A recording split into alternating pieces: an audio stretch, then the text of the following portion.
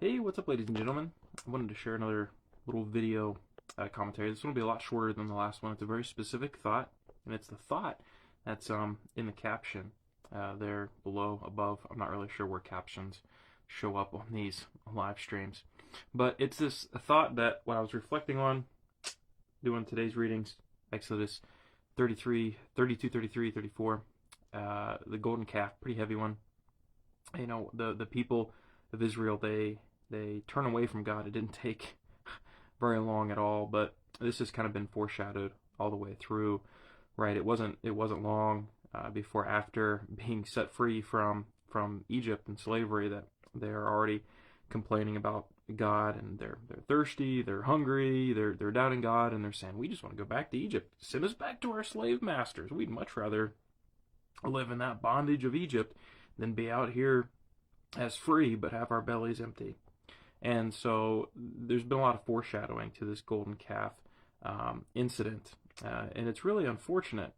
But something that really stood out to me when I was reading this time around was the people's reaction when Moses comes back down from the mountain. Right, Moses is up on the mountain to get the Ten Commandments from God, and to get God's will made more clearly and explicitly and more exhaustively for the people of Israel on how they are to assemble as a nation, the culture that they are to have.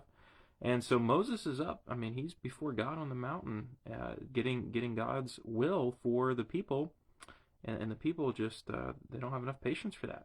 And so when Moses comes down from the mountain, and God told him what the people had done. So Moses comes down already angry, and he goes before the people. And I'm paraphrasing here, but he's like, "What have you done? What are you guys doing? How could you be so stupid?" Right? And what do the people do? The Aaron Aaron he says, you know that these are a stiff-necked people, and they didn't know if you were going to come back, so we had to worship something. They blamed Moses. They blamed Moses for them making an idol to worship, because Moses was gone a little too long and they didn't know when he was coming back. And so it's Moses' fault. And what silliness this is. What silliness. And once again, kind of foreshadowed here, because this has happened time and time again to Moses, that God gives the evidence, God gives the rescue, God gives the command, and the people will reject that. And this made me think of kind of how this all began when when Moses went to Pharaoh for the first time. Set my people free, let my people go, and so that's when Pharaoh says, hey, you guys got so much free time on your hands, I'm going to make you all work harder. And so what do the people do? What do the Israelites do? They complain. They blame Moses. They blame God for having to endure even harsher consequences, harsher slave treatment. And they're always blaming Moses. They're always blaming God. And so I was just thinking how these Israelite people, they just constantly seek to blame others, and they never accept personal responsibility. And what type of position does that put Moses in? Moses is the guy who was only trying to do right by God. And and that's where the caption here, again, I don't know if it's above, below, I don't know where the caption's going to show up. But a righteous person's integrity is not marred by the reactions of wicked people. Right? A righteous person's integrity is not marred by the reactions of wicked people. There's going to be many times in life, if the Lord blesses you with a long life, when you're going to be doing the right thing. You're going to be trying to serve God. You're going to be trying to honor God. You're going to be doing just as Moses, and you've got God's word. You're trying to obey God as best you can, but then when you are trying to fulfill God's commands and you're trying to walk in righteousness, the people around you are going to react out of ignorance. They're going to react out of their own jealousies, their own insecurities, and they're going to react out of that evil heart. And they might say things bad against you. They might slander you. They might try to tear you down. I mean, heaven forbid, but it's entirely possible, depending on when and where you live, that they might try to physically harm you and persecute you for trying to do the right thing.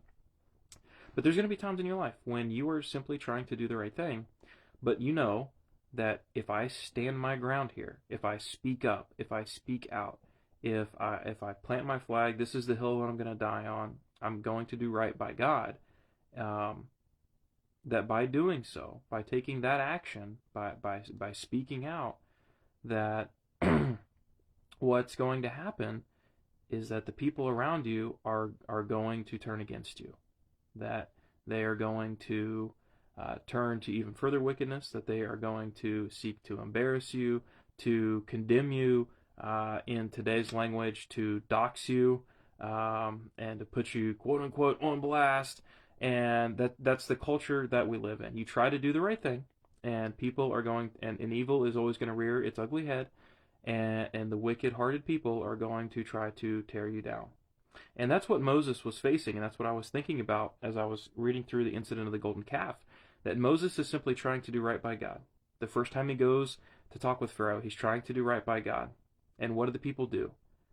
The wickedness of their hearts is what they ended up living by, and they try to blame Moses, they try to blame God, and they're always complaining and begrudging. They go and they build up this idol, and Moses continually tries to do right by God. And actually, Moses comes to the defense of the people. As angry as Moses is with them, he actually kind of comes to their defense, and he pleads for mercy from God. And that's the type of same pleading that Jesus had on the cross when he, Father, forgive them, for they know not what they do. And that's the type of heart that we need to have, that when we make that stand, whatever that stand looks like for you in your life, that when those times come, that for you to take a stand, for you to do the right thing, for you to live by God, is going to come with consequences, is going to come with other people that are going to slander you, that are going to try to tear you down, that are going to try to harm you in some way. When those opportunities come for you to take that stand, but do it with a heart that will continually seek the forgiveness of those that would harm you and the forgiveness of those that would do evil to you. And just remember that if the world hates you, it hated Jesus first. And so that's just kind of my reflections. I wanted to put it kind of in a video form because I didn't know exactly how to articulate it in text. So that's why I just hopped on here and thought I'd just kind of ramble and see what came out. But hopefully those thoughts make sense to you, and that it's something that maybe you can kind of pick up in the text as well. Again, today's reading, Exodus 32 through 34, the golden calf incident, and what really stood out to me was just the way that the people blamed Moses for their making of an idol. But Moses continually stood his ground and was trying to do what was right, and we need to take that lesson. And we need to remember that a righteous person's integrity is not marred by the reactions of wicked people. When you're in that position to do right by God, it does not matter if other people are going to react negatively. Do not worry about how they're going to react. That's going to be between them and God. If because of your righteous example, they turn into even further wickedness, that is between them and God. You need to stand your ground and do what is right.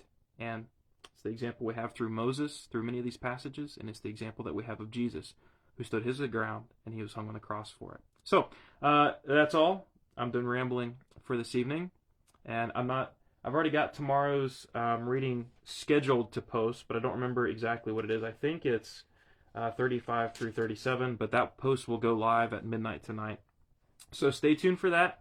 God bless you guys. Good luck on your continued readings.